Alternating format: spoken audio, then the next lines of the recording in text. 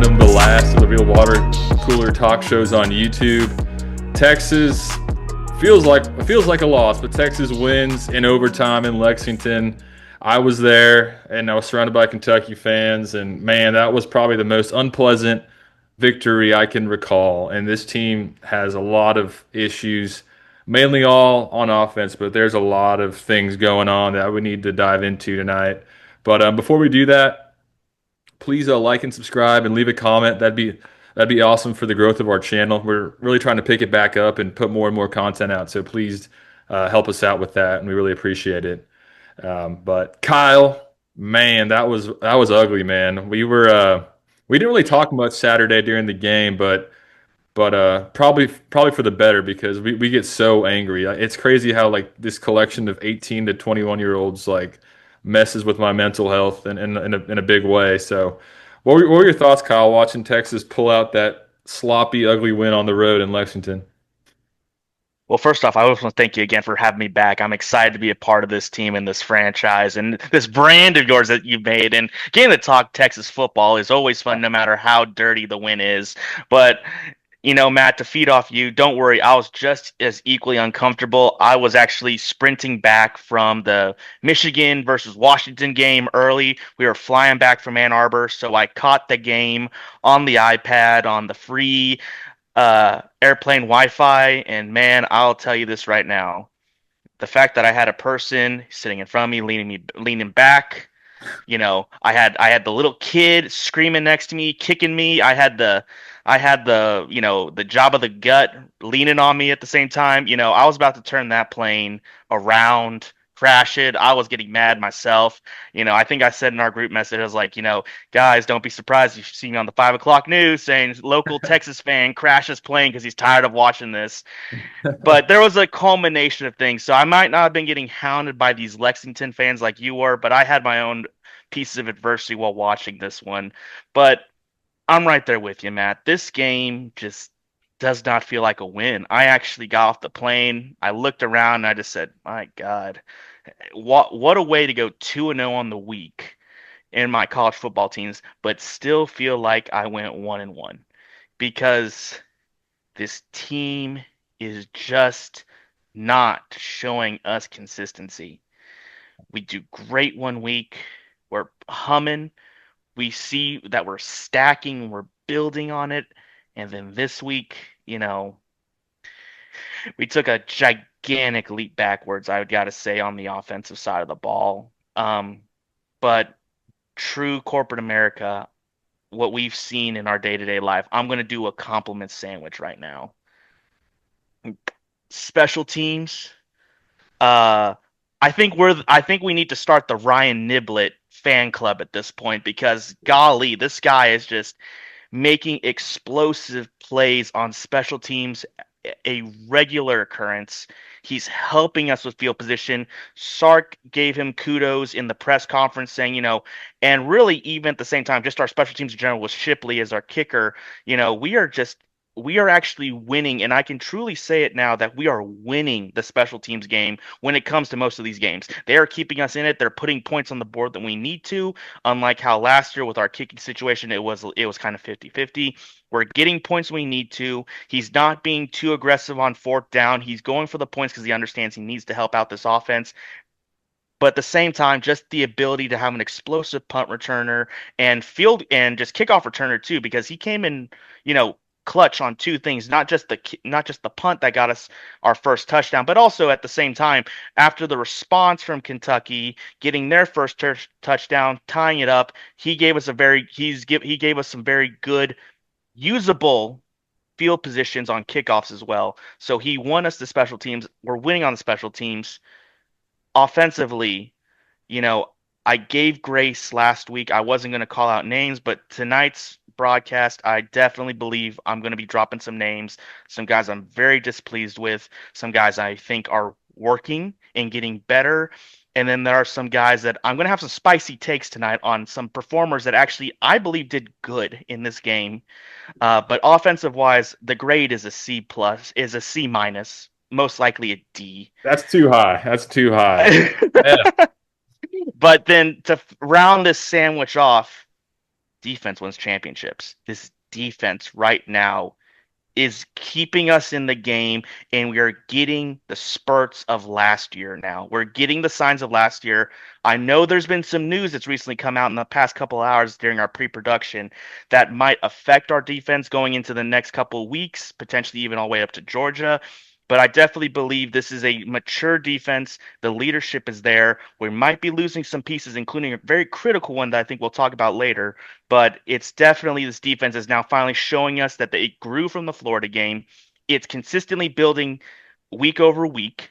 And now we are getting the goal line stops that we saw that last year's defense was iconic for. We got one in Lexington, Kentucky this week. So very impressed with the defense.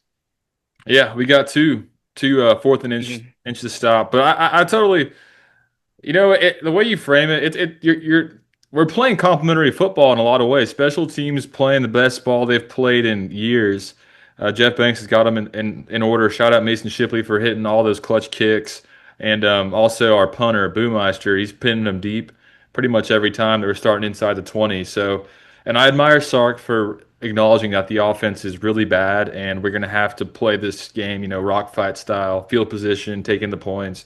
So two out of the three phases are doing really good and doing their job. It's just wild how behind the offense is, and I don't know if it's fixable, man. This one was really frustrating to me because Arch Manning, we all know about how he started the year. He just didn't look great, but he started, he got his confidence back against Sam Houston. He played good against Florida considering the circumstances. I thought he played great against OU, so I was like, all right, we're seeing progression, and progression is not always linear. But then he goes out and lays a terrible stinker, missing wide open guys again. And I get it. Nick Brooks and Connor Robinson in the left interior part of the line, absolute dog water, just terrible, terrible. So I get that affects you as a quarterback. You're not going to be able to have a smooth pocket, a smooth progression. Like you're going to have to be rushed all the time with that O line right now. But still, man, you got to do a little bit better than what you're doing, Arch. And shout out the offense for not turning the ball over. Silver lining, they haven't turned the ball over despite how bad they've been. So that's good. We're almost playing like a complete game. If we could just get like, I don't know, like how many first downs did we get? Like 8. If we could just get like 20 first downs a game and just get yards and sustain drives and let our defense like get off the field, then we could actually have a pretty solid to good team. But the offense is just so incompetent. It's just three and out city, and we only ran the ball like what 6 times in the first quarter, in the first half. Like what is that? I mean, outside zone was gashing OU, which might be the best front seven in the whole country or in the SEC, and we didn't run it that often at all. It's just Sark has no grip on the identity of this team, and I don't blame him. He didn't do a great job, assembling a talent roster on offense this year. He misjudged the talent. So Sark's just, throwing crap at the wall, and we have no identity. And I wish we would just hone in on something that works. And outside zone, and the short passes seemed to work for us last week. The dump offs and the flats to Wisner and stuff like that, just to get things in a rhythm. And then Arch pulling on zone keepers also helped. But yeah, it's so frustrating to watch, man. And I don't know if it's fixable. I don't see any playmakers. Ryan Niblett, shout out to him, like you said. I'd like to see him get 5 to 10 touches on offense at this point. Sweeps, put him in running back, like little screen passes, put him in the slot, let him run a slant route. Like that guy's the only guy to me, besides Wisner last week, that looks like one of those playmakers that we've had over the past couple of years. Those first round type talents. I don't think Niblett's maybe a first rounder, but he's dynamic he won us the game. He won us the game Saturday. So it's just very frustrating, but the defense and the special teams will keep us in pretty much every game, I want to say. So that gives me some hope, but man, we got to get this thing figured out quick. I like what you said right there with getting Niblett more involved. Yes, he's a very big special teams asset, and he's going to start getting these probably a lot more looks now on these special teams coordinators on the teams we're going to be seeing down the road. They're definitely going to be a little bit more strategic on and emphasizing their lane coverage to prevent Niblett. But I liked what you said. Maybe not being in the backfield much, but I like what you said there with the slot. I like him in that slot area because number one, if you're a returner, you have some hands.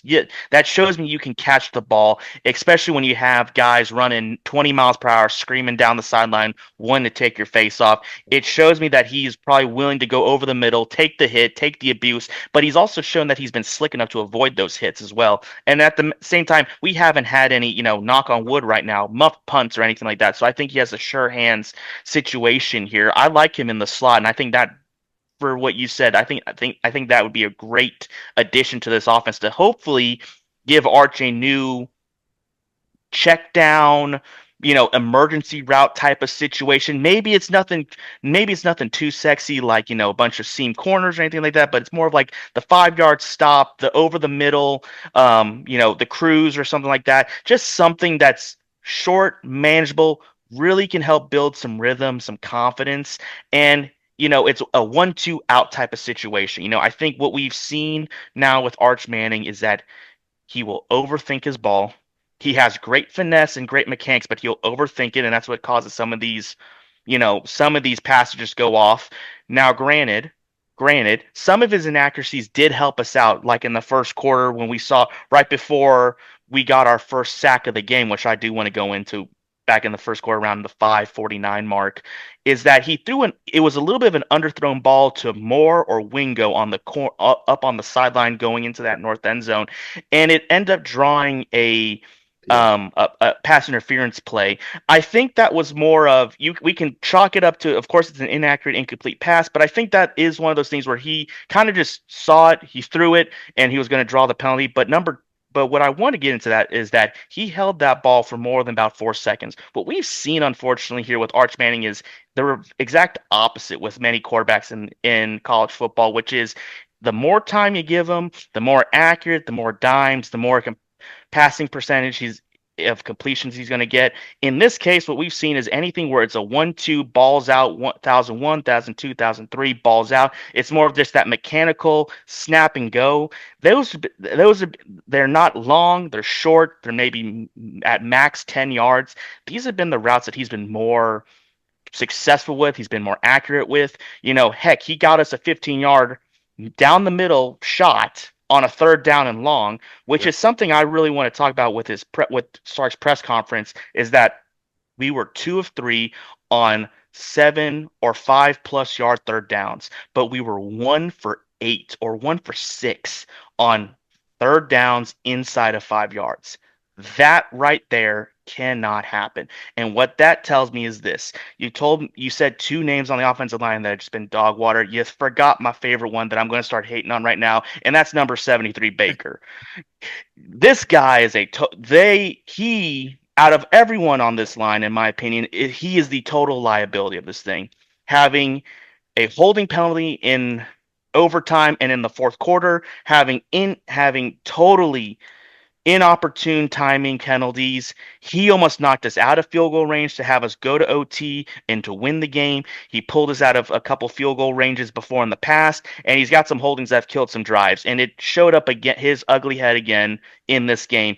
Now, granted, he is only in that position because, like you said, there was some injuries during camp to that tackle position. But we seriously have to figure something out with him and just we need to shuffle again, in my opinion. We need to take another shuffle and get him out of there because he's good for at least 15 yards and penalties a game, and that right there is killing at least one drive.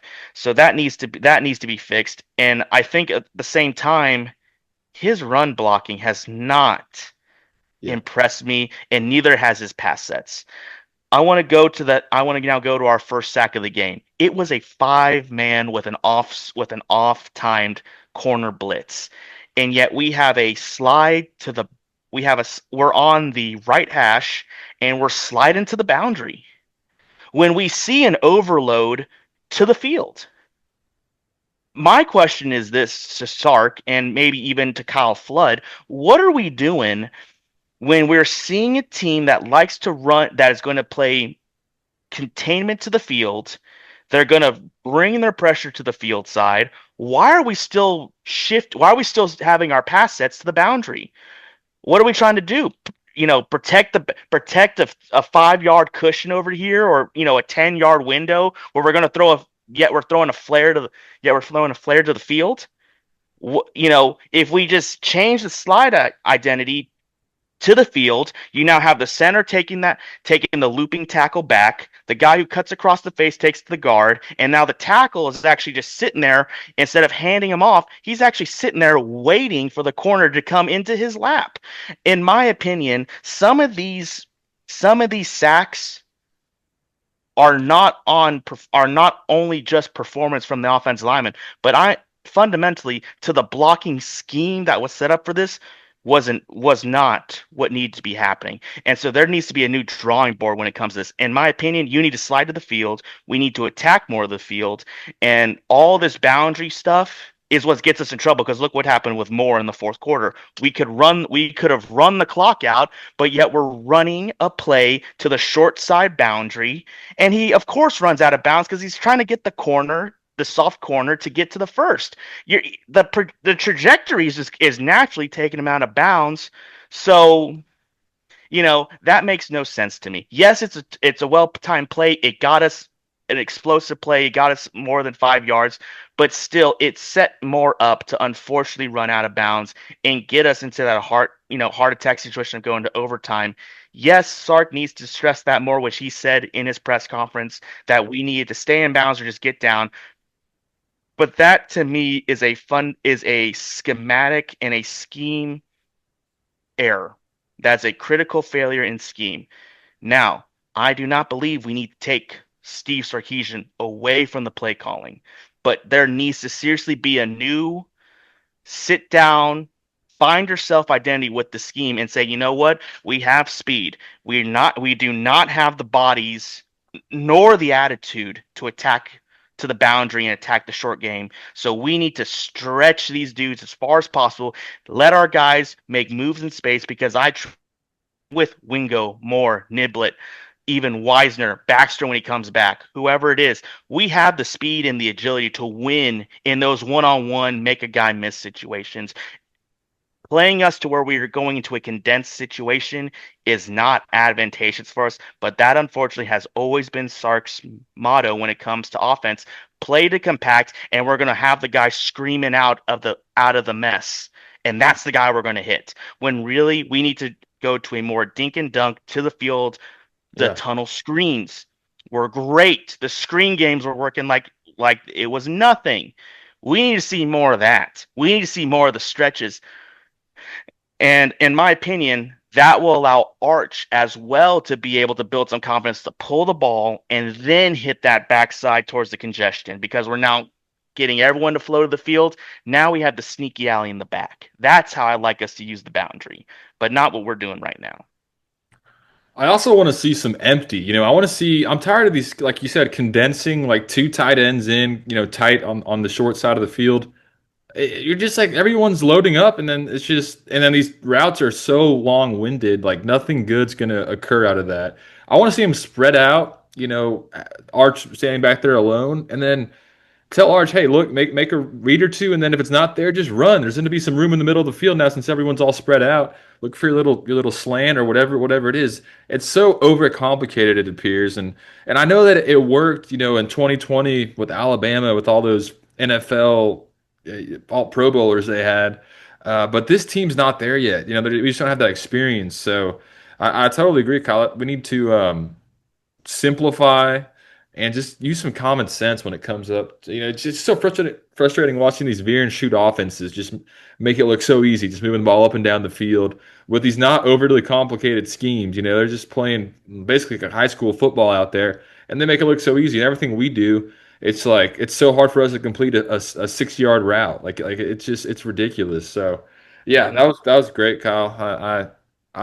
I didn't pay much attention to the blocking scheme on the O-line to watch the game again. I was just sitting up there in the upper decks, so it's kind of hard to get that judgment. But yeah, so I don't know, man. And I wish our tight ends. I want to see like Jack Endries get involved, and that little screen to Jordan Washington, like that was good. What happened to the RPOs where like we'd have like a handoff, and then Arch can pull it and throw a little flare out to the tight end who's just going out for a little 3 yard out, like just reading off the edge. Like I don't get that. Like that was such a staple of Steve Sarkisian's offense when Quinn first got here. It was always there. It's just it puts like the end in like a precarious lose-lose situation. So I just don't I just don't know, man. It's like this whole offensive identity is like in crisis mode, and um, yeah, and then just as far as the running scheme, Brandon Baker, man, he just doesn't have he doesn't have a grown man body. He's a kid out there. You know, he's a 5 star and everything, but he's not an SEC level starter yet. He needs to put on some weight and get some discipline or something. He's not. I don't think he's the worst in pass pro, but God, he looks so weak in running in a run blocking and of course the penalties are just terrible. So I don't know, man. Neto Umeozulu, the guy that we were all hyping up all offseason, is the surefire left guard who's been here for 4 years, highly ranked guy to Allen. I don't I can't fathom how he's any worse than what we're getting right now from the bottom barrel guys. I know he's an interior guy, but I mean, Nick Brooks, he played well against OU, but God, he played horribly against Kentucky. He's a true freshman. He shouldn't be out there, so it is what it is. But like Neto, man, I just don't like it. Can't get any worse. Let's try some of the second stringers, man. Like truly, like they're grading out so bad that let's just find some people that are mean and to simplify the scheme and just see if that can get us a spark. Because golly, it's terrible. But yeah, I just don't know, man. Well, to play off your art, to go back and answer one of your questions, what happens to the RPO games? For anyone who doesn't know, because this is the water cooler. We're gonna talk a little, use a little bit of some terminology, and I'm gonna help explain that for maybe some of the people who are listening and don't know the name of ball too well. But it's okay. Papa Kyle's right here to help you out. An RPO means a run pass option, or that what many people see is that handoff situation. You pull it back, and then you're up into your pass formation. Well, number one, I gotta say this right now. We've had three on the year so far of ineligible man downfield. Terrible. I just don't think we have the discipline to run RPO on that side. But number two, the main point I wanted to put on this for the RPO, the reason you don't see it is because we've had now 3 games where we are sub 100 yards in rushing. So, if I'm a defensive coordinator out there and I've seen that against Florida, now Kentucky, and even that back at UTEP and some of these FCS teams, I'm saying this, there's more chance that if I gamble with a blitz that I can probably catch these dudes in a situation where they're either having a long developing pass play because this is Steve Sarkisian here, or number two, they're going to do an untimely run into my blitz. And that no kidding happened 3 times during the Kentucky game. Once in the second quarter at the 2:45 at 12:45 mark, we had an extremely horrible third down call. The situation is 3rd and 4. Brock Osweiler even calls it on the thing, saying, if I'm up here on the thing, I'm saying, I am gonna bet Kentucky hasn't brought any pressure the whole night. If I want to get Arch off rhythm, I'm gonna bring some pressure Hmm. for the first time on a 3rd down. What do? They bring 8. They bring 8, and it was a crappy, pitiful handoff to Wisner into the A gap, and a halfback dive. We're running into the jaws of the blitz. Horribly timed call.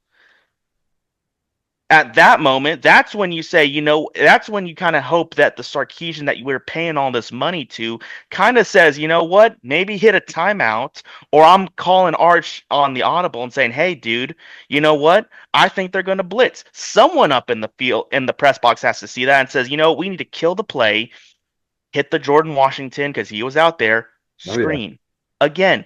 And touchdown. I bet you we get a first down, if not a touchdown out of that. So I believe that number one, we got a little bit out coached. But I want to say it like this though. I would not lose faith in Sarkisian calling the offense in the situation because I'm going to talk a little bit about Kentucky because we need to give them some flowers. Kentucky is a team that lost 8 conference games coming into this game. They're protecting their house on homecoming, and they have, and really at the end of the day, this is for me hating the Stoops family as much as I do. He's has 13 years at this school. Any coach nowadays, Matt, I think me and you could both agree, if you have a 10, actually really, if you have above 8 years at a school, you're going to be tough to play and you're going to be tough to beat because that means you're doing something right strategically. Yes, in this game, Kentucky schemed it perfectly. They gambled when they needed to on the blitzing and brought pressure when they needed to. They said, we're going to force Texas to throw the ball on us because if we can get at least one guy in pressure, we believe we can disrupt Arch enough to where he will be ineffective in the passing game. And sure enough, our Mm. offensive linemen are standing around. They bring 4 or 5, which means there is going to be an open guy, but Arch ain't going to see it in time because he has a guy screaming off the edge or coming unblocked on a delayed blitz.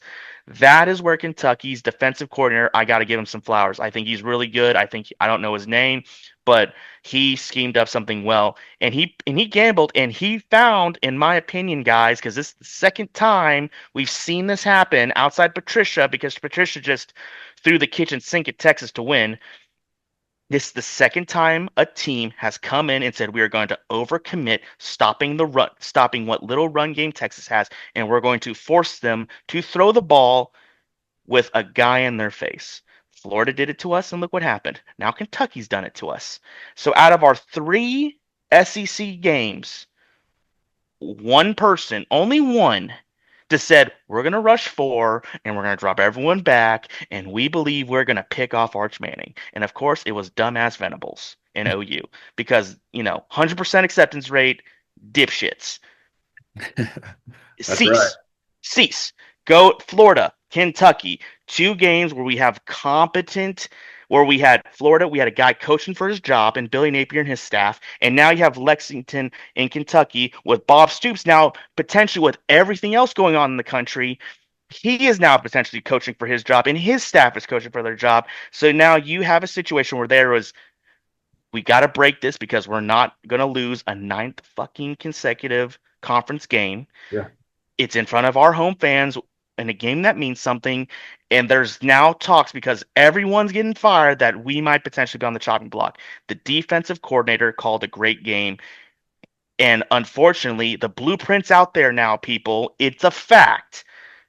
Play like what Kentucky and Florida have done, and you will put Texas in a blender. It's now 2 times in a row. I'm a scientific guy. I'm not going to say third time's the charm because they got us on the first. It's the second time. Maybe the third time we see it, we'll probably make some adjustments finally. But at this rate, there is a blueprint to beat this Yeah. Texas offense, and it's now fully known that not only can a middle of the ground team like Florida stay with us and beat us with that, but now considered a doormat or lower SEC team can actually take us to overtime and almost win because across the board, there was at least 6 times in this game where either Texas or Kentucky tried to give the game back to the other team saying, we don't want to win tonight. Yeah. So we got outcoached. Does not mean we need to dump Sarkisian on offense, but it's out there. It's out there. The blueprint to beat Texas is out there, and we have to address it. We have to.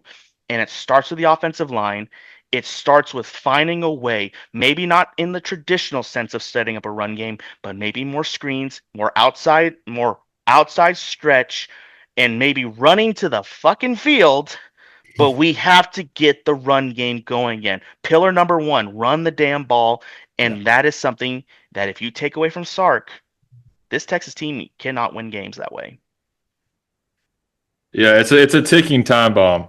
It's a ticking time bomb, and we know it's coming. We know if nothing is, and I'm sure they're scrambling behind the scenes to try to address it, but the blueprint's out there, like you said. And honestly, I'm not even worried about Vanderbilt or Georgia. I'm worried about Hail State, like because if we roll out like that again this coming Saturday in Starkville, we're going to lose by 10 plus points because they have an offense and they got players.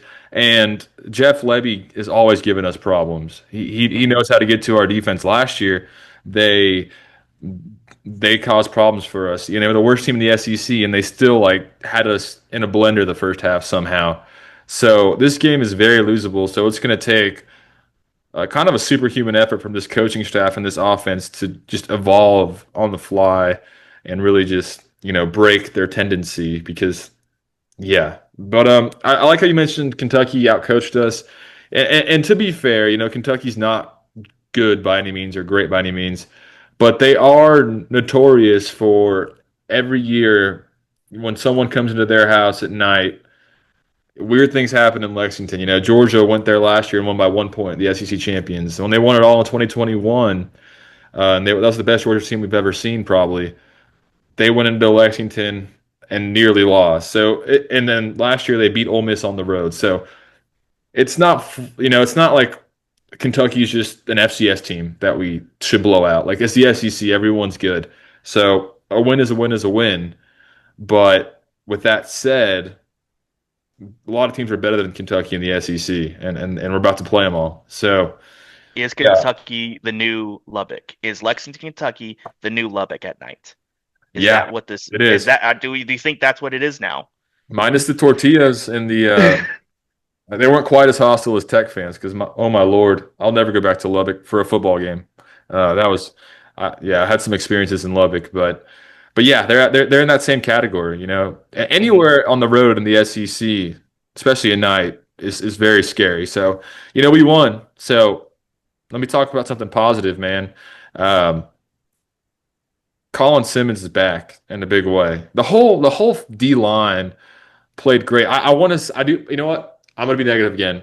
Why can't we recover a fumble, dude? Like, what is wrong with us? Okay, that now I will say this. That's just yes. Two muffed punts, three balls on the ground fumbles. We couldn't get one, but you know what? That's also that right here is where I'm going to take your negative, I'm going to turn back into a positive here because there are as football fans, we've just seen it. The ball just does not bounce our way sometimes. As Texas fans, we've been the brunt of that sometimes. But I'll tell you this now, the fact that the defense, even after having several of these opportunities to really swing the momentum of the game, which I'll tell you this now, if any one of those, out of those 5 times the ball's on the turf, if any one of those goes our way, oh my God, I think that's when Kentucky rolls over and says, That's you true. know, have me, master. But but that's the thing. This defense also, how I'm going to turn this into a positive for you is they never gave up. They said, fine, we're not going to get the ball on the turnover. They're going to get it. They played a very good game. I don't think they threw an interception, did they? I don't think they did. They threw So one to Ant they threw Hill. one. Okay. They threw we're gonna beat them in the air, but at the same time, I gotta put this to them. Their offensive game plan was a phenomenal. That's what I want to see our I Yeah, would take our Kentucky's offensive scheme, give that to Texas. I think we're cooking with something right there. That was total perfect what I talked about. Dink and dunk. When they got the first down, you saw them speed up the tempo and they came after it. Now, granted, I think Wisner's better than their guy, but but their dude, I forgot his name, but he looked dang that punishing. McGowan. They had two good backs. McGowan, Yeah, yeah, McGowan, he at least trusts his offensive line. He knows they're not good, but he knows and trusts them enough to where he knows their tendencies, and that's what I'm talking about. He knew how to run the ball, and he also was hitting to the outside to the field because that's Kentucky's way. They love running to the field because they need space, and he knew that was going to happen. If he could take a guy one on one, a corner or safety, he might run over him. Or he's at least going to drag him for 2 yards of contact. So, in my opinion, that's a great offense. We were going to have to get a fumble, and that wasn't going to happen. They have good ball discipline, as we can tell, and it takes good ball discipline to run that type of offense. So the fact that our defense just never gave up in that sense and continued to put, 5 sacks, 11 pressure, countless, I think, Arch got hit a lot, but this dude is walking bow-legged and sore today in Lexington, Kentucky. The fact that they never gave up on that and then still decided to have the awesome fourth down stop in OT, that shows me that this team doesn't need to have the ebbs and flows and the true emotions of the swings from turnovers. They just need to play their game, and they said we're just gonna out discipline these dudes at the end of the day, and then we're gonna out will them when we need to. So that to me is even though we never got any of these fumbles, it still shows maturity and the absolutely just elite domination of our defense. Yeah, and you would think the law of averages would result in, I don't know, because we look really like iconically terrible at recovering fumbles, but you would think over a full season it would kind of even out to 50-50 or close to it. But I I so would definitely hopefully in the say, future we start jumping on them.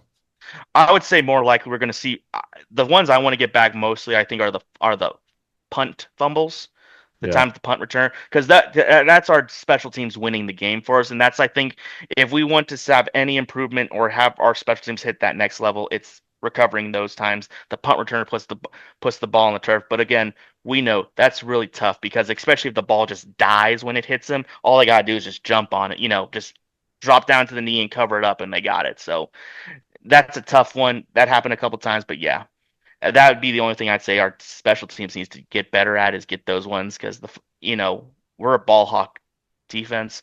We'll probably make up the turnovers and interceptions all day long. So Yeah. We have that to bail us out. It's a nice safety net to have. Last thing I'll touch on this game, and just kind of my thoughts moving forward is when we put Christian Clark in, we started kind of running the ball on them, and I'm not even trying to turn this into a play Christian Clark statement. I'm saying when we tried to run the ball, like we it wasn't that bad. It's like Sark was so scared to try to like commit to the run. It was just so weird to me. It was so lopsided that first half. And I talked about this earlier. Like just run the ball for a while. You don't have to win the game. Sark's hunting points out here, hunting explosives. But really, all we need are like just sustained drives. 3 first down drives. Like that I would take that over the crap that we're getting. So I want to see more of a concerted effort in Starkville to run the ball. And also, when we pass it, Ryan Wingo, bless your heart, you're a great athlete, but we need to target DeAndre Moore as our receiver one, and same with Mosley too, but mainly Moore. Moore only got like 3 targets, and they were always pretty good. Like the explosive on 3rd and long, the one at the end of the game where he runs out of bounds, and then that clutch slant he had. That shout out Arch made a good play there. That guy's our best receiver in my eyes, and he's that same championship DNA that we've had. He was a great player for us last year in that receiving core with that great team. So that guy needs to get at least 8 to 15 targets a game. Like whenever we're passing, he needs to be like the main guy. So those are my last thoughts on the offense. Hopefully Sark pulls a rabbit out of the hat because we're going to need it on the road. We're going to have to put up some points in Starkville because they can put up some points themselves. All right, so this Saturday we got Mississippi State on the road. I believe it's a 3:15 kick. So Mississippi State's a very improved team from last year. Jeff Levy's kind of got them turned into a really good team overnight. They took Tennessee to overtime, could have won that game, and then they beat Arizona State, and they're a good team. They almost beat Florida last week in the swamp. So definitely not the pushover they were last year. And like I said earlier, they gave us problems last year. So what are your thoughts on this game, Kyle? How does Texas find a way to win this? Because really, this is one that we kind of chalked up as an auto W. Not really, but you look at the last 5 games, this one is one you have to have. yes, for traditional SEC teams, Mississippi State is one of those games that you kind of look to as an Iowa State or a Kansas. It should be an easy win. They beat themselves situations and play disciplined football, walk in, walk out, get your W, call it a day. And just pray it's not a night game. Well, it's not a night game. So number one, here's my keys to success. It's not a night game. It's a 3 o'clock kick. So this Let's is that go. middle slate that kind of gets lost in the sauce. You're not on big noon kickoff. You're probably not also on a lot of mainstream. You get segregated to the SEC network or local access cable, whatever that's still a thing. So it's not a night game. That's great. Number two, I want to talk about these scores real quick. With like what you said, Tennessee, 41-34. That's a 1-score game. Texas A&M. Now this is great. Now the score's not going to say it, but this is something I want to show you. 31-9. They held Texas A&M to 31 points. That's still pretty dang good. Even though it's a blowout loss, that's still pretty dang good. And then the Florida, 23-1, like you said, almost win. Fun fact, not so fun fact. Both Texas and Mississippi State, when they lost to Florida, only scored 21 points. Does that tell you something about the offense, or does that tell you something about this Gators defense? And that's how I really want to look at this team, is look at it through the eyes of the Gator defense. This Gator defense kept both these teams with very similar quarterbacks, give and take a few completions here and a couple yards there. Arch and this guy are basically the same. Now, granted, our offensive weapons like wide receiver and running back are getting blown out by these dudes. But with the same quarterback, I believe we have a little bit better talent at those skill positions. Both Texas and Mississippi State were kept to 21 points to a team that they both lost to, being Florida, a common team. That tells me that these offenses are basically going to be about the same. It's about executing your game plan and playing clean football. The one thing I think about Mississippi State is they don't have penalties, and we are still fighting this penalty bug. The penalties are killing us, and this is where I really want to sit in about Sark. I took the time today to rewatch his Monday press conference, his post game after the game itself, and then that 2 minute, 3 minute something that he did with the on field anchor. All three of those conversations, he just looked, sounded, he looked and sounded visibly pissed. Yeah. And that's a good thing. That's a great thing. If your head coach has a fire in his belly, he is mad about your performance, and he is considered an offensive guru. This is his time. His play calling is now being questioned by much of the mass media, except me, because I'm going to plant my flag in the ground, 10 toes down. Sark is a good game caller. He is going to bring the thunder. We're going to see that expanded playbook of Texas. We're going to see a little bit more of that trickeration and not that BS triple reverse. Yeah. on the first drive. I was like, number one, you are calling the wrong play for your offensive line. You are praying that they hold him for 10 seconds, and that is not the case. Wrong play, but he's going to bring some stuff out here. I think he's going to stretch the field, and I think this is a time where you're going to start seeing that more aggressive style. But now that is a double-edged sword here. Can this young and immature Texas team execute all these plays, keep them straight? I don't have faith in the Texas offensive line. If you expand the playbook from what feels like maybe 5 to now 15 plays, we're going to have a lot more missed assignments. I believe it's going to result in Arch getting hit a few more times. But at the same time, I do believe it opens us up for a bigger possibility of just the fluke big play popping. And that's what I'm going to bank my hat on that for our offense. Defensively, the big news coming out of this week, we are going to probably potentially be going more than 2 or 3 weeks without Taff. We're going to lose him for this game. That most like when I hear multiple games, I don't think of usually when it's just 2, they'll say a couple or 2. When they say multiple, we're talking 3 or 4. So that means that means definitely for Mississippi State. That potentially means Nashville, and for the Nashville Commodores coming in, we don't got them. And we need him for that. Yeah, man, that offense is nasty. So yeah, that's gonna hurt. Potentially Georgia, we won't get him back until there's a bye week. There's a bye week after Vandy, which should help. But yeah, I don't see it. I think best case is probably Georgia if we're lucky. But honestly, I think it'll be more like Arkansas or A&M.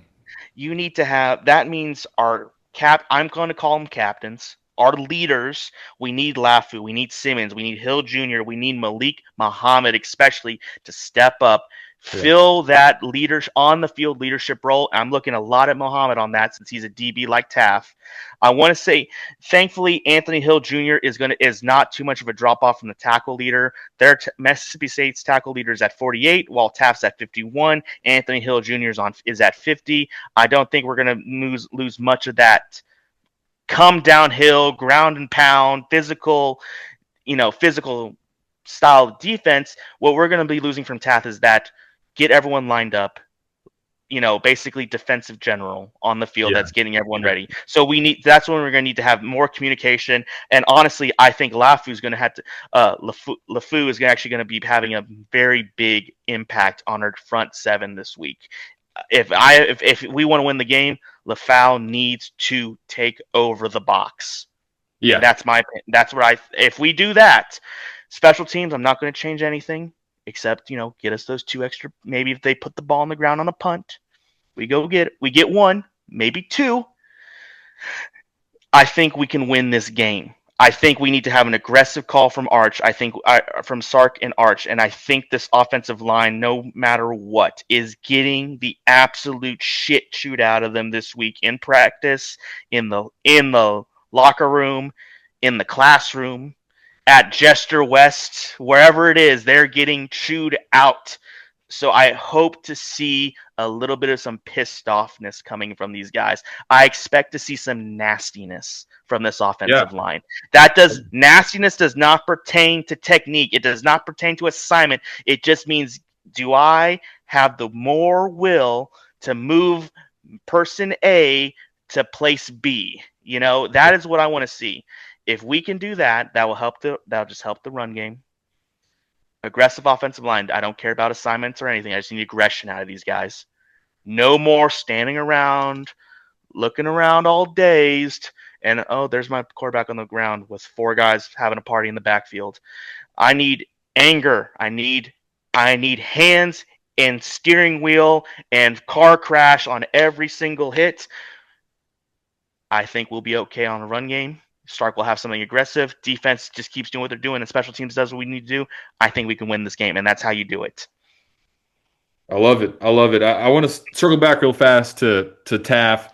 I think our defense is built to sustain an injury like this. People forget Derek Williams was, I believe, our best safety last year prior to his injury against OU, or at least one of our best safeties. And now this gives him a chance to step back into that role. He's coming off that injury. He hasn't really been himself, hasn't really gotten the reps that he was getting before the injury. So now he's fully healthy, I think. And he now we're gonna have to rely on him because you still got Jelani McDonald, who's really good at the other safety spot. You still got Gilbo at the star, and you still got, of course, Muhammad. Lafau, like you said, needs to step up. He was so good to start the year. I haven't heard his name much recently. He was in there on that goal line stand, which is awesome, but we need more from him because he's a really good player. Same with Ant Hill. I trust him. I trust our D line. I trust Colin Simmons. He's finally coming on, so I think our defense will step up. Mississippi State, though, their offense, like you said, they got some playmakers. Fluff Bothwell, he's the real deal. I wish we had that guy on our team at running back because that guy's a tank. He gave Tennessee problems, he gave Arizona State problems. He's going to give us problems if we're not on our P's and Q's. And then what Jeff Lebby did, he went out and got just super fast guys this offseason in the portal. Anthony Evans, a San Antonio guy, he might be the fastest player in the country straight line speed. They also got Brendan Thompson, who we know also might be one of the fastest players in the country straight line speed. So in a game like this, losing Taff, it hurts, of course, leadership wise. But if I know Taff, he's going to be there on the sideline like a coach the entire game. But we need speed on the back end because these guys can get by you. But we need our D line to get home and our linebackers to get home, which they've been doing. But Blake Shapen, he's good at completing the deep ball, and he's a guy that's been around quite a while. And same with Jeff Lebby. Jeff Lebby, like I said earlier, knows how to kind of approach our defense. He's had some success in the past against it. So I think it's a big test for our defense, but I trust them. They're deep, they're veteran, and they've been clutch. So they need to be clutch again. And then the offense, like you said, softness is a choice, especially on the offensive line. Simplify the scheme. Just guy A, place B, like you said. Just do that more often than not, and you'll be all right. You'll allow Arch to get into a rhythm. Hopefully, Sark helps out by simplifying the scheme or making it more just quick for Arch.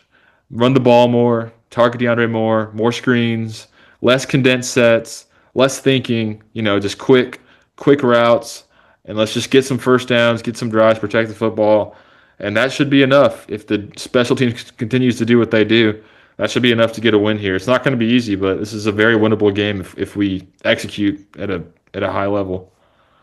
So I want to finish it off with this because I love what you said. I love what you said about this Mississippi receiving corps. They are fast.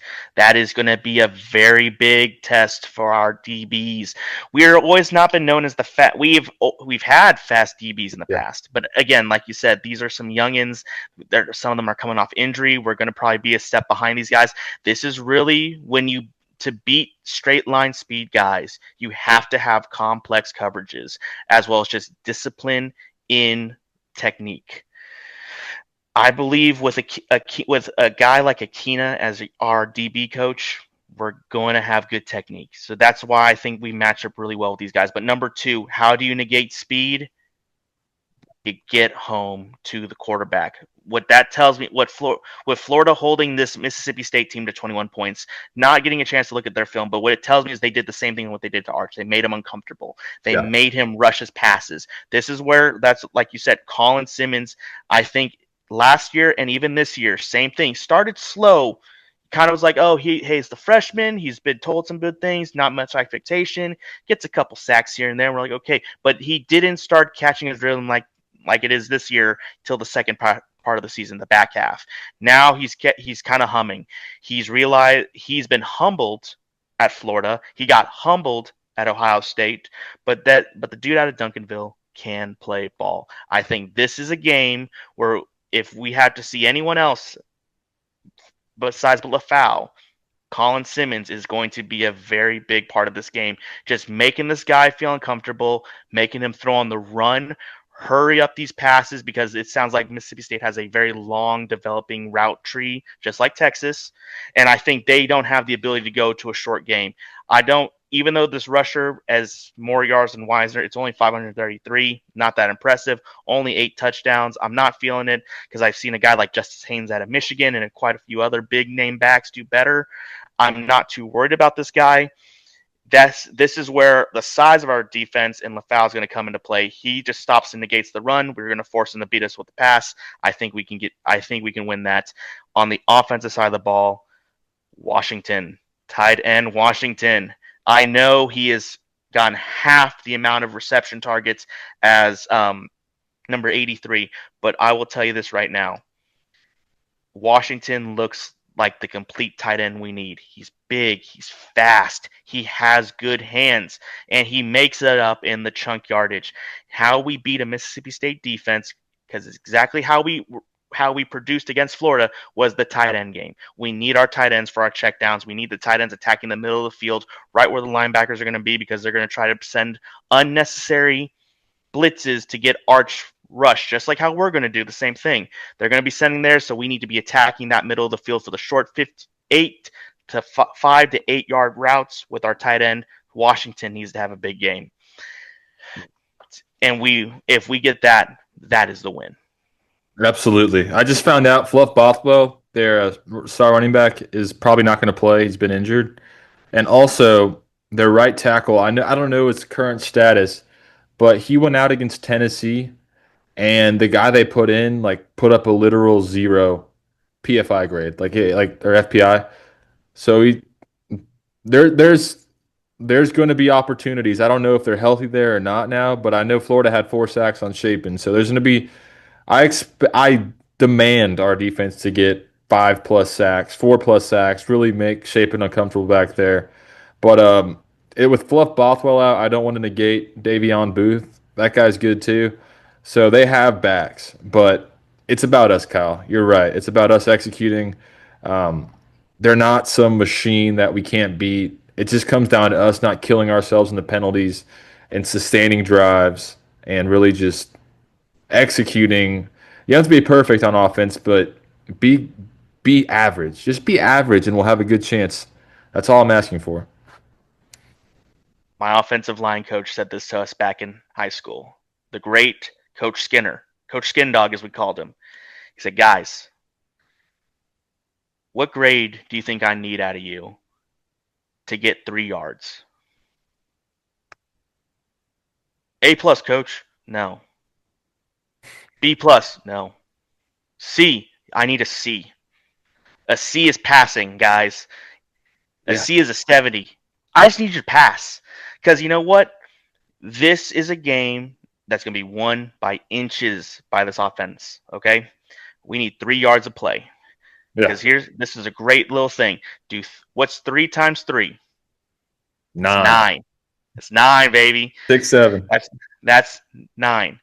With how the game of football is today, going on fourth down is more advantageous. But if we are at 4th and 1, 4th and 2, granted, we did not do good in that situation this past week, but to be a good offense, to go play for a CFP, to go win these games and be dominant in the SEC, we have to win those small down conversions. So what better way to get better at them than getting more opportunities like that this game? If we can keep our third downs short, get them to 3rd and 2, 3rd and 1, 3 yards of play, everyone just doing a C average performance on the offensive line, we're going to win.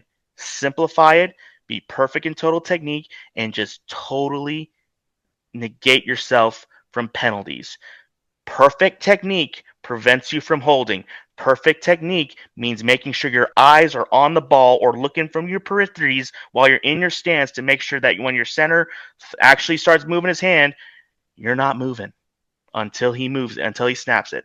So that is what the discipline in the C passing average needs to be. No penalties, keep your hands tight, and just get us 3 yards on the run. We'll win that way. Yeah, absolutely. And a lot of that falls on Sark. Sark's just going for home runs a lot of the time, going chasing points, explosives. 3 yards will win you this game if you just be consistent. This Okay. is not the big. This ain't the Big 12 anymore. This isn't the whole knife through the heart to get to demoralize a team. We gotta play. This is the SEC. It's gonna be slow and methodical. The big home run KO punches that Sark's used to, which is kind of interesting that he doesn't remember that from his time underneath Saban. That's not how Texas is going to win here in the SEC. We got to be a little bit like Alabama and just grind these guys into a pulp. Right. Right. All right. Well, let's do a little rapid fire here. So there's other good games going on this weekend. A lot in the SEC. It's like it's really like the NFL in the SEC now. There's every week there's ranked on ranked teams that are like spreads of 3 points or less, and it's just like carnage. And it's really about surviving right now. We have one loss, so technically we still kind of control our own destiny as far as I'm concerned. Because you beat Georgia, you beat A&M, you beat Vandy, you knock all those guys out because you get the head-to-head on them. And Florida's not going to be in the mix, so they're not going to be beat there. So it's there, but we'll see. But anyways, this weekend LSU plays A&M, which is a big one. Vandy plays Missouri. Um, there's a couple other big ones too that I'm Ole Miss, OU, which OU surprised me coming off that spanking in Dallas. I thought they were for sure going to bend over and take it in South Carolina, but they didn't. They fought. They won pretty comfortably. So good for them. But South Carolina is not great. But just what are your thoughts on the slate of games this weekend? I don't know who Michigan's got. They may be on a bye week. So just what are your thoughts on the games around the country this week, Kyle? Well, I'll tell you this right now. Michigan is not on a bye week. It's a very big game. It's for the Paul Bunyan against Michigan State. Me and you got to watch a little bit of that game last year when we were fighting for our lives against Vanderbilt. But it's a big game. It's winning a very small replica hand carved wooden statue of Paul Bunyan, and we want to put the yellow pants on Paul Bunyan.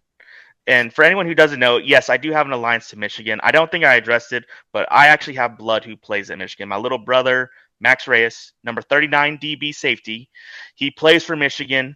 Oh, He yeah. has won the Paul Bunyan last year at home. This year he has to travel to Lansing. So let's give Michigan some love because Michigan State is basically the Kentucky of the Big Ten. They're scary at night, which it is a night game, 7 o'clock, because they need all the juju they can get to try and beat Michigan. But the Wolverines are going in there and they're spanking Sparty, little bro, and they're bringing Paul Bunyan back to Ann Arbor. A game that I do want to watch, though, is what you brought up. I think you said it was LSU and A&M. Yeah. I believe that this is a game where we are going to see this is where we see A&M become vulnerable. In my opinion, they're always due for an inconvenient loss to a decent team. I believe it is LSU. Now, granted, LSU has given no one any confidence whatsoever. Yeah. Whatsoever. But here's the thing. A&M, when it comes to some of these games, they always kind of overlook some of these middle-of-the-road opponents. They scoffed themselves at the Mississippi States. They scoffed at Kansas back in the day. I believe this is one of those games where they kind of overlook because they're looking forward to the next one. I think A&M is very, very almost to the point of like 2005 dedicated to beating Texas this year, like how we were to USC. I think they're just playing their games to get to Texas. I think they believe that they can roll the rest of their schedule, that is just going to be playing, go through the motions, be disciplined, and will win the game. I believe this is a game that they can get gut checked. I think this is their rat poison game. I believe this is their Oklahoma State at night Yeah. type of game. Is LSU just in general? Doesn't Yeah. matter if it's a midday, night game, or early morning. I think LSU is just going to be sneaky. They got embarrassed by They're coming off an embarrassing loss to Vanderbilt in Nashville, and in my opinion, they just need to save face. They need to Yeah. save face, and that's why they're gonna. And if they can knock off an undefeated A&M team who's ranked in the top 10, this gives LSU a chance to save it and fight for that fourth place spot or that fourth SEC spot. So I think that's going to be a pinnacle game this week. Yeah, and LSU has to have this game. I mean, I don't think they're very good. Like they have shown me nothing this year that shows me that they're a good team. They're not a horrible team. They're solid, good defense. But man, if they go down to 5-3 in like year 4 or 5 of Brian Kelly, the same old thing in the year that they circled, and they just show no life on offense like they've been doing, it's gonna get real weird because Florida just fired their head coach and they got their eyes on Lane Kiffin, and I think LSU would want a say at that too. So I think if LSU drops this game, it's gonna get real uncomfortable in Baton Rouge, and I think they'll start pulling their money together. Although LSU is kind of broke compared to the rest of the heavy the heavy hitters of the SEC, but yeah, this is very much a swing game for LSU because they're not out of the playoff yet, but they got to have this one, and it's but yeah, it's just kind of wild to think that we're thinking of LSU as like a trap game for A&M. It's like such a weird year where LSU's falling and A&M's like rolling. It's just crazy time in the in college football in general. Well, number one, just here's what I'm going to say about it. I believe at the end of the regular season, there will probably be only 3 undefeated teams. And they're Big Okay. Ten teams because the Big Ten sucks. And even then, no, I don't think one of them is going to be a Big Ten team. Actually, no, it's Ohio. It's Ohio State and only one other. No, it's just Ohio State. Indiana? I No don't. Indiana? Oh, and Indiana, but no, that's going to change this week. Ohio State and Indiana play this week, I think. No, they don't. That No, would they be don't. they don't play this year Or until who does? Oh, Indianapolis. Indiana plays UCLA. That's actually a sneaky Yeah. game I want to talk about after this. But I believe Ohio State's going to lose to Michigan because Oh yeah. Of till course. Ryan Day does it himself, then you know I'm hey 4 years in a row, man, going for 5. Yeah. Statistically, you gotta look at Texas and Oklahoma. We were 3 or 4. You're probably kind of gonna win Lose. again next year. So I think statistically, I think Michigan beats Ohio State.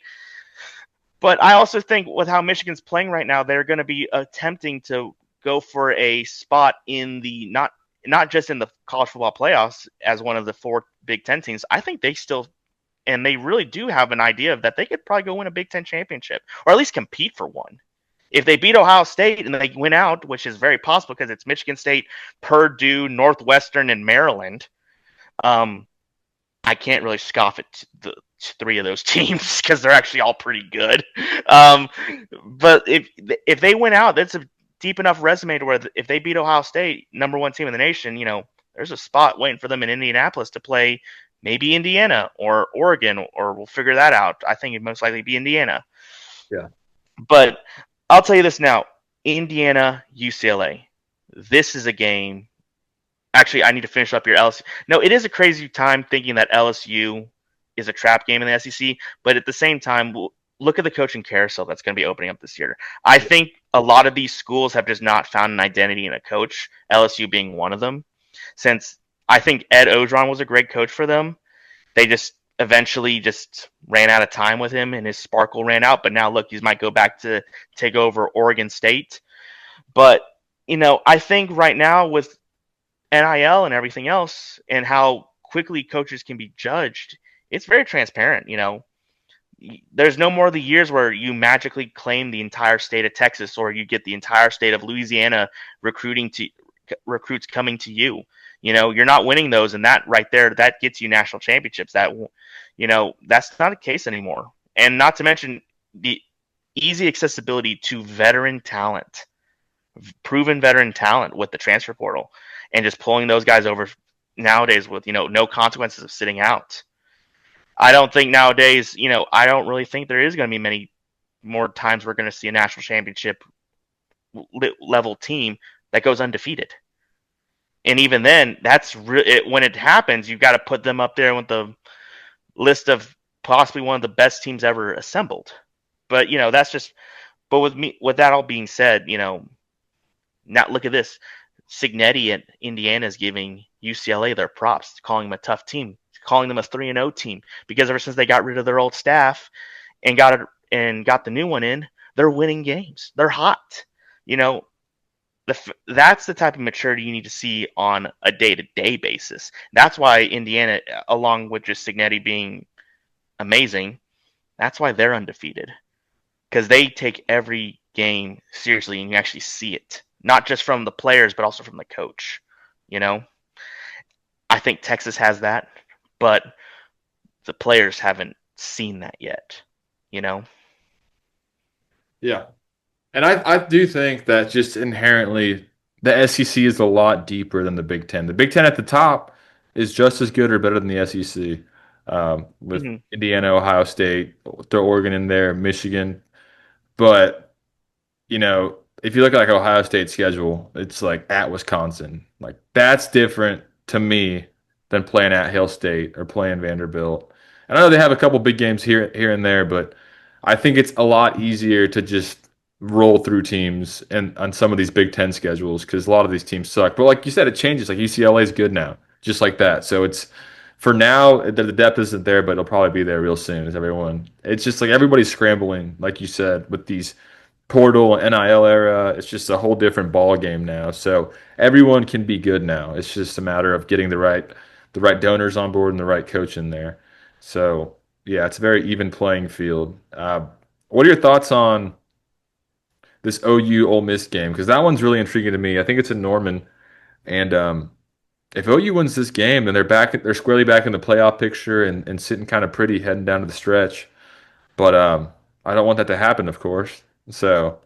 And Lane Kiffin now with all these rumors, he takes that tough loss in Athens last week. I could see them kind of, pooping their pants out there in Norman and getting exposed. I want to say I believe in Lane Kiffin, because I think really Lane Kiffin and Steve Sarkisian are the next. They're loading right now. They're the loading legendary coaches, in my opinion. I think we got to steal with Sarkisian For sure. early. I think Lane Kiffin has finally gotten his priorities and his personal life straight. I watched his documentary on ESPN and I was just touched. I'm like, this guy wants to just play ball, and how poorly he's been treated by some of these people was really eye opening to me. I'm like, no wonder he acts sometimes like a jackass. It's because people have just been abusing this dude. But I believe Lane Kiffin rights his ship. I think this Ole Miss team is complete. I think they do have a little bit of a veteran presence. He got the right transfers, but he also has enough guys left over from last year outside of Jackson Dart. But their guy that they're rocking with right now, he's stellar. He has so many playmakers. He doesn't have to do much, but just get the ball to them. But he also can run, which is great. I think Lane Kiffin rights the ship. Number one. Number two, there is an obvious formula now out there to show how to beat OU. It's just get to the quarterback, rush Mateer. They can't establish a run game. They just can't. Their passing game is just too long developing, and if you hurry Mateer, he's more willing to throw the ball away before taking a sack. So you can kill those plays early. Ole Miss's defense is really good. I'm just going to give it to you. Georgia's really good too. Their offensive line was stellar. It's always stellar. You can always say they could say it's not that good now and all that, and Carson Beck this and that and why that. But in the end of the day, a Georgia O line is always great. Their job. Gunnar Stockton also had the game of his life. Heisman watch Gunnar Stockton maybe from that game.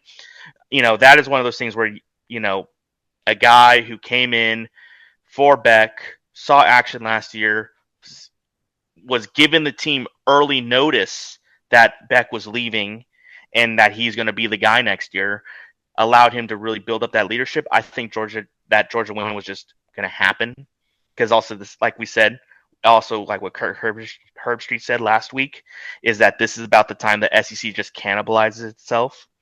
Yeah. I think this is what's going on right now. I think Lane rights the ship.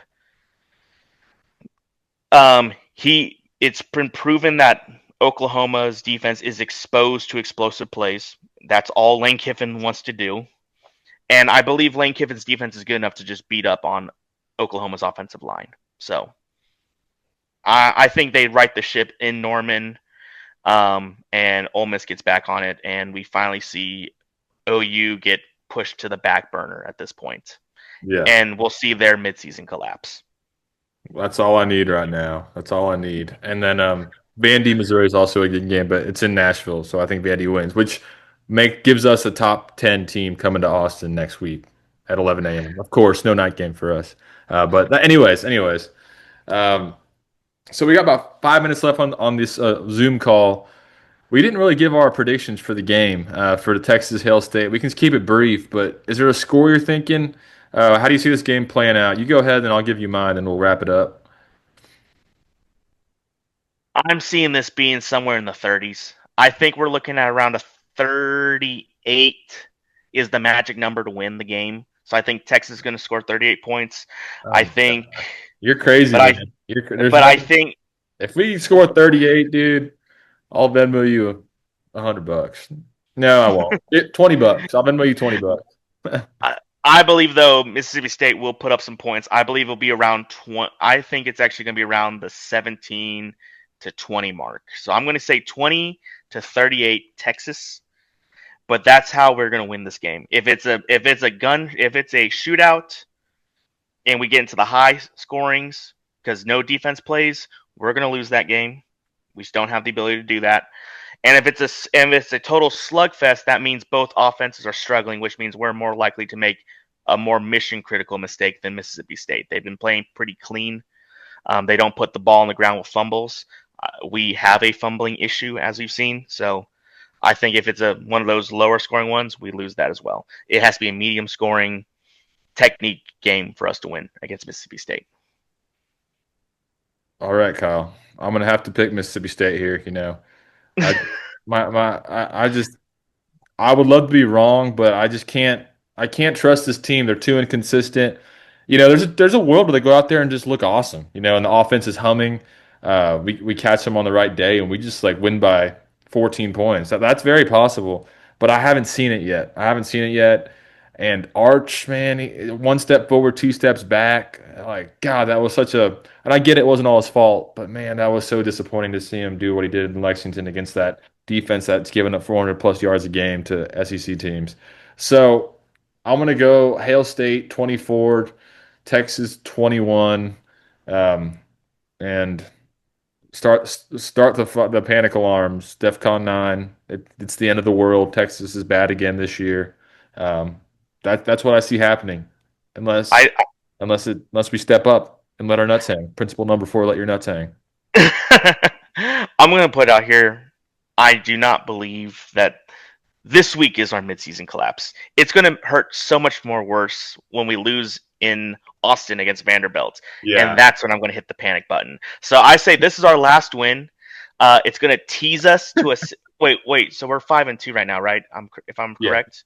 So it gets us to be bowl eligible because we got to be bowl eligible. But we're gonna go to like the Bad Boy Mowers Bowl or something. And that's what's gonna happen, and then that's when we're all gonna freak out. So I think we win this game to become bowl eligible, and then we lose out. Yeah, maybe beat Arkansas, but then lose everything else. I could see us losing out and then just beating A&M somehow. Like I could totally see that. That'd be very on brand for Texas to have a bad year and then beat OU and A&M comfortably. Like that tracks. And then we hit the portal hard next year. And reload, surround, because the defense will be good again next year as long as PK's here and Colin Simmons and all those young guys. and then just get a good offense. You can do it overnight now in college football. So I know Sark won't make the same mistakes he did this past offseason, and I know we'll buy some freaking awesome superheroes this next portal cycle. So it's exciting. So, That's exciting to look forward to. But man, this year we might be screwed unless we're not. So Matt, um, are you saying we're gonna have Christmas plans to go to a bowl game and that's it? We'll be done by like before December ends. You yeah, say is that kind of what you're hoping for now with just losing to Mississippi State and then losing out, then beating A&M? Is that yeah, what you want? yeah. I'm kind of excited to spend more time at the ranch. Hunting instead of spending $1 million to go to watch us lose to Ohio State and nearly die against Arizona State, and some free time. Clear. Hey, it's definitely. Hey, we'll definitely get a jump on getting those transfer portals when that happens. Oh yeah, it'll be Tampa season. DeCorian Moore, I'm looking at you. Cam Coleman, anyone that's elite. Let's get them. And the whole O line. We need 5 new O linemen. Maybe 3. Heck, heck, if they send us to the Alamo Bowl, give me a chance to come down and visit you. So Yeah, whatever. we'll there to. But all right, guys, that's it for tonight. Running out of time here. But thanks for watching. If you made it all the way to the end, maybe we're being pessimistic, but I think we're being realistic. But maybe Texas just rolls Saturday, so we'll see. But leave a comment, a like, a subscription. That'd be great. And we'll continue to put these out for y'all. But thank y'all for watching, and we'll see you in the next one. Hook 'em. Welcome.